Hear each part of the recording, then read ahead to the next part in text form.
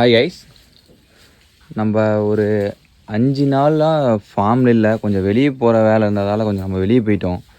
So அதனால் நம்ம ஃபார்மில் ஒர்க் பண்ணுறவங்ககிட்ட இந்த மாதிரி பார்த்துக்கோங்க அப்படின்னு சொல்லிட்டு போயிருந்தோம். ஆனால் அங்கே பாருங்கள், ப்ராப்பர் மெயின்டெனன்ஸ் இல்லாமல் இந்த மஷ்ரூமெல்லாம் பாருங்கள் எந்த அளவுக்கு வளர்ந்துருக்குன்னு. இந்த மஷ்ரூமெல்லாம் பறிக்கவே இல்லை. ஸோ இந்த இடத்துலலாம் பாருங்கள், எல்லாமே மஷ்ரூமே கீழேயே எல்லாமே ஃபுல்லாக வளர்ந்துருச்சு, கீழே விழுந்துருச்சு. ஸோ எதுவுமே பறிக்கலை, அவங்களே நம்ம ஒன்றும் சொல்ல முடியாது. ஸோ நான் ஏன் இந்த வீடியோ போடுறேன்னா, இந்த மாதிரி இஷ்யூஸ் எல்லாம் கண்டிப்பாக வரும் ஃபார்மில். ஸோ நீங்கள் ஒன்ஸ் வெளியே போகிறீங்க, எங்கேயாச்சும் போகிறீங்க அப்படின்னா உங்கள் ஃபார்மில் ஒர்க் பண்ணுறவங்ககிட்ட ப்ராப்பராக இப்படின்னு எக்ஸ்பிளைன் பண்ணிவிட்டு போங்க.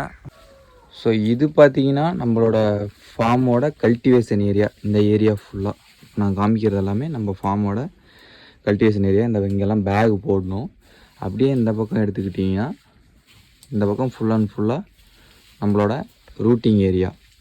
ஸோ இந்த பேக்கெல்லாம் பார்த்தீங்கன்னா நேற்று ஒரு 2 நாளைக்கு முன்னாடி அந்த பேக் எடுத்து கல்டிவேஷன் ஏரியாவுக்குள்ளே வச்சுருக்கணும்.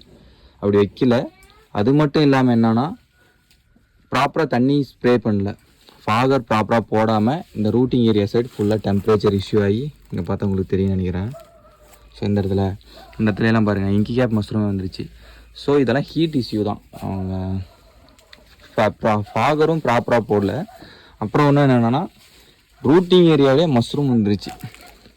ஸோ இங்கே உங்களுக்கு பார்த்தா தெரியும், இதெல்லாம் ரூட்டிங் ஏரியா நம்மளுது. இந்த ஏரியாவிலேயே மஷ்ரூம் வந்துருச்சு.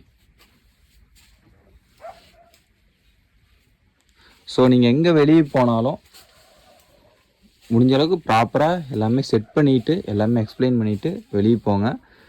ஸோ என்னோடய எக்ஸ்பீரியன்ஸில் சொல்கிறேன். Bye guys, next video.